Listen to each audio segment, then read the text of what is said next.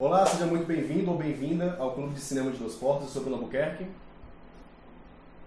Tem que falar o quê? Eu tenho que falar o quê? Bem-vindo. Não, eu sou o Petros. Eu sou o Petros Carinho. Pode falar, né? Vamos lá. Não, começa. De Vai novo? cortar? Eu corto, aí vai. É assim. É assim? É assim. Só tem que falar o quê? Eu sou o Pescarini, eu sou o Pescarini, Paris. exato. Não, começa de novo. Começa. Olá, seja muito bem-vindo ou bem-vinda ao Clube de Cinema de Duas Portas. Eu sou Bruno Albuquerque. Eu sou Petros Carini, diretor do Clarice. Só do Clarice? Do Grão, Mãe e Filha, né? Tem 3 longas e alguns curtas. Alguns aí. curtas. E a gente vai falar hoje sobre o Clarice, sobre algumas outras coisas, sobre o papel do diretor no filme e tudo mais. Petros, me diz uma coisa, do que é que se trata Clarice? Eu vou começar assim pela concepção do filme. Ele é o terceiro filme da chamada Trilogia da Morte. Foi iniciado com o filme O Grão, de 2007, o Mãe e Filha, que é a segunda parte de 2011. E Clarice fala a história dessa personagem que é atormentada por fantasmas do passado. Um pai muito opressor. Possível a morte de um irmão que ela não sabe bem o que aconteceu. Tem essa morte na família e ela quer saber o que aconteceu e vai investigar, né? É uma mulher com bastantes problemas, assim, emocionais por conta desses homens que a cercam, entendeu? A gente tem um casamento fracassado, né? Que ela não sente amor pelo marido, e o filme versa sobre isso, né? Dessa mulher tentando seguir em frente, se libertar e exorcizar os fantasmas do passado. É uma pergunta que eu geralmente faço, é assim, quando a gente está gravando um filme, fazendo qualquer tipo de produção audiovisual, a gente tem tudo programadinho, tudo pensado antes, geralmente planejado antes, tudo que vai acontecer a gente espera que aconteça de alguma forma, e como sempre acontecem algumas coisas durante a gravação que acabam não só impedindo de algumas coisas acontecerem, mas fazem com que essas coisas aconteçam de forma inesperada, não do jeito que a gente tinha planejado. E aí, é uma coisa que eu passei muito assim nos cursos que eu estou gravando, e que eu estou começando a falar lá no canal na sessão de Aprendendo Cinema, mostrando o que eu passei gravando alguns curtas. Algumas coisas que acontecem, não só mudaram a forma como as coisas que a gente tinha planejado, de acontecerem como a gente tinha planejado, mas nos forçaram a fazer coisas novas para conseguir coisas inesperadas que a gente teve que improvisar para conseguir chegar naquele resultado. Aconteceu isso em Clarice, em algum momento? Não, normalmente eu planejo bem os filmes, assim. Eu saio com um roteiro, que é um guia geral do filme, sempre aberto a outras possibilidades. Normalmente acontece. Do filme seguir por uma linha diferente ou não é que ele siga por um caminho diferente, porque aí já seria muita liberdade da minha parte, que eu até gostaria de fazer isso, assim, tomar um outro rumo o filme, mas nunca aconteceu isso não. Mas é assim, é se permitir fazer cenas novas. Você pensar uma cena de manhã, uma sequência de manhã, escrever no hotel e à noite dar pra atriz, depois de 1 hora gravar isso aí. Sem ter tido um ensaio prévio, uma conversa prévia, e apostar em ver no que dá. Ou então mudar muito decupagem. Eu decupei uma cena de um jeito pela manhã, mandei o pessoal executar toda a luz, né, seguindo as ordens e tal. E quando eu vou filmar, eu vejo que não é isso e mudo tudo na hora de fazer o plano, entendeu? Isso demanda tempo e é desgastante também, mas é bom pro filme, né? Porque o filme ganha outras perspectivas, ganha essa mudança de estética também. Porque um caminho que você aponta e às vezes você vai enveredando para ele, assim, e volta aqui pro filme. E teve muito, assim, desse sentido, assim, de muitos planos novos, sequências novas, falas, algumas sequências inteiras suprimidas na montagem. Eu achei que tava explicando demais, eu suprimi. Sei. Então tiveram coisas em excesso do filme que acabaram sendo cortadas na montagem. Sim, que coisas que estavam previstas em roteiro, assim, que foram cortadas. Alguma coisa que tu achava que era essencial e na hora tu viu que precisava cortar? Não lembro bem não, mas tinham sequências assim, aquela sequência do café da manhã, tem uma janta à noite e um café da manhã, que são os diálogos mais longos, eu acho, do filme, no caso do pai. Eles debatiam sobre o passado, aí chegava num ponto que ela ficava muito explicativa e didática, eu achei por bem cortar antes. Eu me permito inventar na hora do set, criar. Porque eu acho que é um momento de criação. Por mais que a gente planeje tudo antes de fazer o filme, só pra te dar um exemplo, eu tô terminando um roteiro agora. Um filme chamado Mais Pesado que o Céu, que é um road movie pesado. Bem denso o filme de estrada. Provavelmente, terminei há 1 ano, eu acho. Aí tô dando o tratamento junto com o Firmino e o Rosenberg, mas provavelmente eu vou filmar esse filme daqui 2, 3 anos. Que é o tempo que eu vou conseguir viabilizar. Vamos supor que eu viabilize ano que vem o filme. Vou filmar, sei lá, de final de 2017. Aí tem mais 1 ano de montagem. Então, todo esse processo da feitura do roteiro até você conseguir verba para realizar montagem, preparação, você vai amadurecendo o filme, mas no meio desse processo você se permite mudar, porque você já está tão imbuído do filme que eu posso ir pro set praticamente sem um roteiro. Eu fazia muito isso lá, não levava o roteiro, eu já estava na cabeça, já estava introjetado. Isso é ótimo, você se liberta também daquela Bíblia ali, porque já tá, o filme tá na sua cabeça já. Você abre as possibilidades, né? Sim, você fica aberto, e o set eu acho que é um momento também de você se abrir. É um momento que tá todo mundo criando junto ali, né? Diretor de arte, som, eu no caso fotografo, né?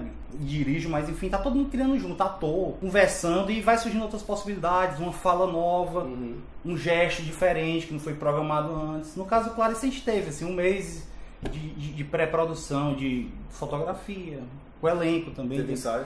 Teve 15 dias de ensaio de mesa. 15 dias, todos os dias. Quanto mais a gente se imbuísse do roteiro, das falas, do gesto, da intensidade, ia ser mais fácil filmar. E realmente foi. Porque permitia-nos também mudar aquilo ali, entendeu? Com certeza. Você só pode desconstruir se você já tiver construído um caminho. Com certeza. Né? Se você não construiu nada, como é que você vai desconstruir alguma coisa?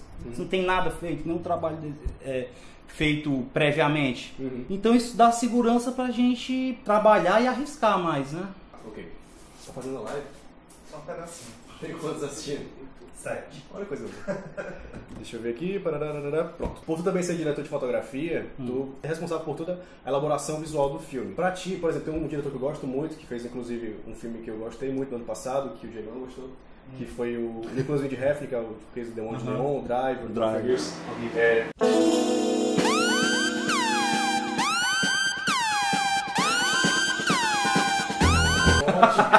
É ótimo.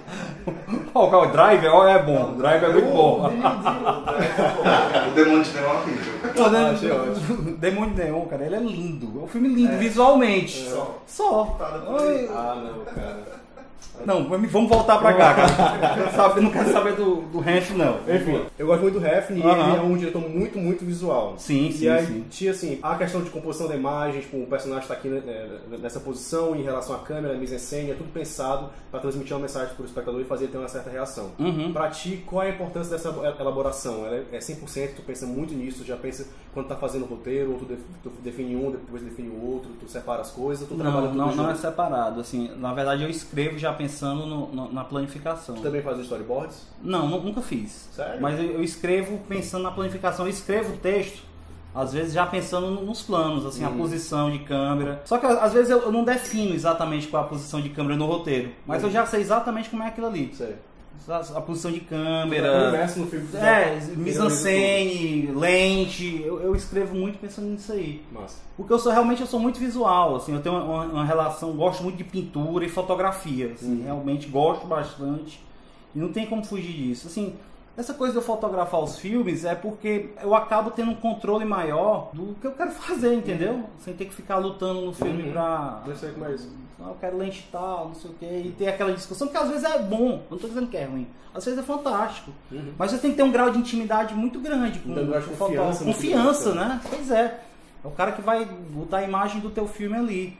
E eu fotografando, por mais que às vezes eu me sinta só, por não ter com quem dialogar nesse sentido, eu tenho um controle muito grande, assim, a maioria das vezes os resultados são muito satisfatórios pra mim. Tô falando pra mim mesmo, quando eu vou, sento, termino o filme, montou, finalizou, vai pra estreia do filme, quando eu sento no cinema, eu fico feliz em ter feito aquilo ali. Eu sou realmente um cineasta muito visual. Eu acho que a história se conta, lógico, diálogo, narração, mas a coisa da imagem, da mise-en-scène é muito importante, assim, pra mim. Pra contar a história também. Com certeza. E de uns anos pra cá, desenho de som do filme. Eu fiquei... Que é um elemento que a galera não presta muita atenção. Exatamente. Totalmente na absorção do filme. O Clarice no cinema, mixagem, o desenho de som, é muito bom. Foi muito pensado, sabe? A gente passou vários meses, assim, realmente estudando e criando e tentando fazer uma narração paralela do filme pelo som. Que é super difícil. Agora, óbvio, isso aí às vezes fica no campo da intenção, mas eu acho que com o acúmulo dessas intenções, o espectador acaba pegando algumas coisas, tá entendendo? Mas que é uma parte que pouca gente usa, assim, às vezes eu uso o 5.1 de forma, sabe, simplesmente para botar efeito e distribuir para um efeito explosão, botar um grave ali no sub e tal. Eu não, eu tento usar de forma narrativa mesmo. Nem sempre eu consigo, mas assim, é o que eu busco, né? E a fotografia da mesma forma. Para mim é muito importante e eu tento usar de forma narrativa. E quais são as suas principais influências? E também, não só influência, porque influência a gente pode classificar como aquilo que influencia nosso trabalho diretamente, mas também tem outros profissionais, outros artistas que a gente considera como favoritos e talvez não influenciem tanto o nosso trabalho. Quais são as suas principais influências, diretores, atores, enfim, preferidos?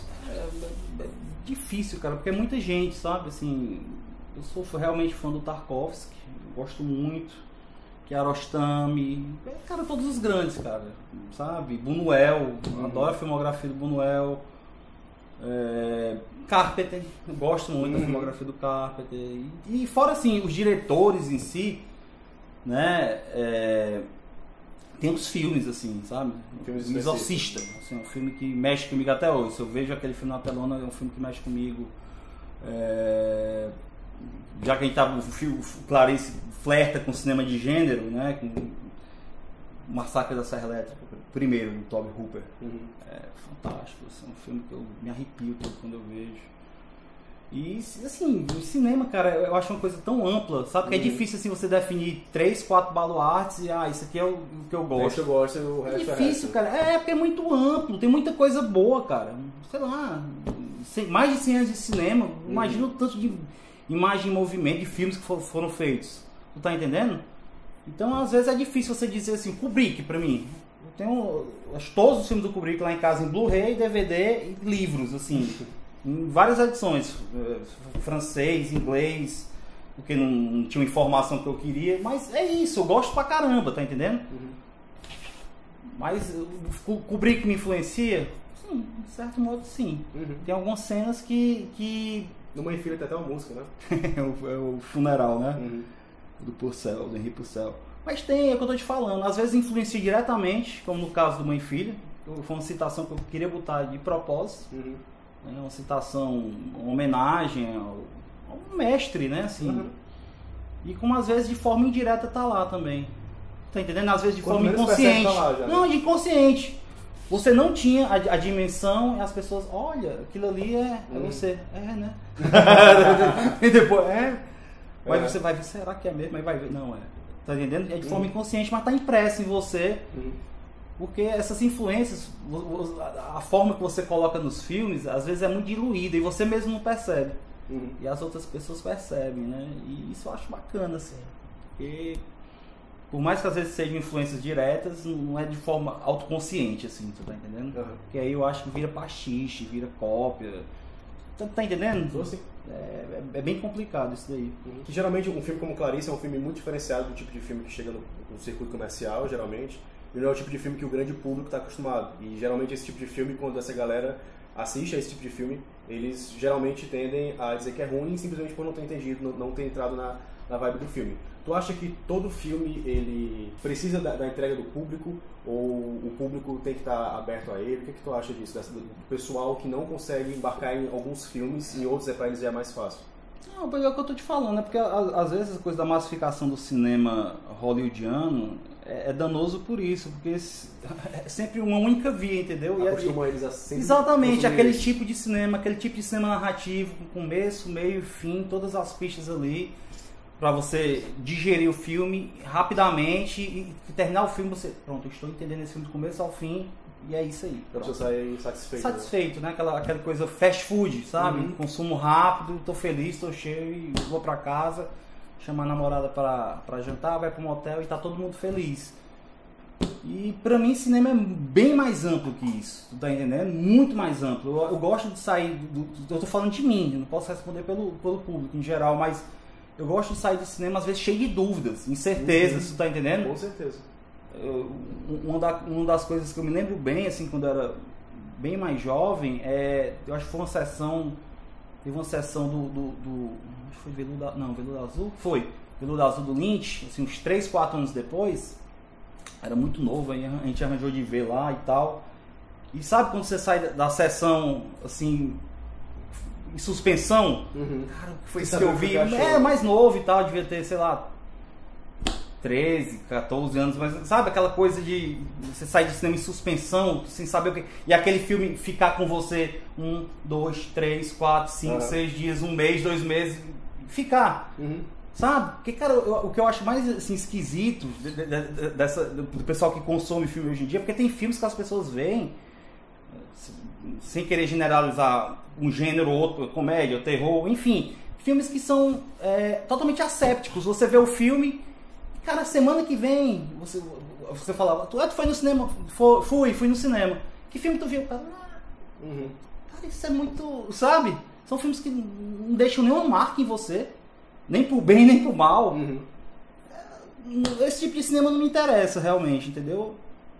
Então, o que eu acho é isso. Eu acho que tem público para todo tipo de cinema. Eu acho que sim. E às vezes as pessoas, na verdade, tinham que se permitir a ver esse tipo de filme. Só que você tem que estar aberto. Tá completamente aberto para tem que estar. Se você for querendo ver um filme com uma narrativa linear, totalmente linear, aí você às vezes se decepciona, né? Mas se você for com a mente mais aberta para ver o filme, aí eu acho que vem uma espécie de recompensa. Vamos. O que é que a gente tá falando? Concluí, eu cheguei a concluir. Depois eu fiz um adendo assim. Parou ali, né? Foi. Então pronto, acho que é isso. Então eu queria agradecer você que ficou até o final da entrevista, que geralmente as entrevistas são muito longas no canal. Eu queria agradecer ao Petrus pela oportunidade. Obrigado. E também agradecer ao filme. É um filmaço. Vamos ver se está nas suas salas. Quais são as salas? Você já decorou quais são as salas? Não. Você foi para passar no Rio de Janeiro. 9 cidades. São 9 cidades. Rio de Janeiro, Fortaleza... Qualquer coisa está aparecendo aqui embaixo. Bota as descrições. Então é isso. Você parece 50 cidades assim. Ele não conseguiu decorar. Eu não consigo lembrar, são muitas cidades. Então é isso. Muito obrigado e vida longa ao cinema. Show. Valeu? Valeu. Valeu, cara. Maravilha, cara.